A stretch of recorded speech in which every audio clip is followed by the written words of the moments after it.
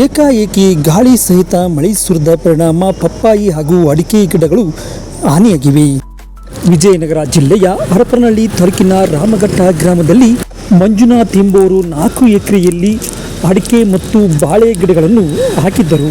ಇದ್ದಕ್ಕಿದ್ದಂತೆ ಗಾಳಿ ಸಹಿತ ಮಳೆ ಸುರಿದ ಪರಿಣಾಮ ಫಸಲಿಗೆ ಬಂದಿದ್ದ ಅಡಿಕೆ ಗಿಡಗಳು ಹಾಗೂ ಪಪ್ಪಾಯಿ ಅರ್ಧದಷ್ಟು ಹಾನಿಯಾಗಿವೆ.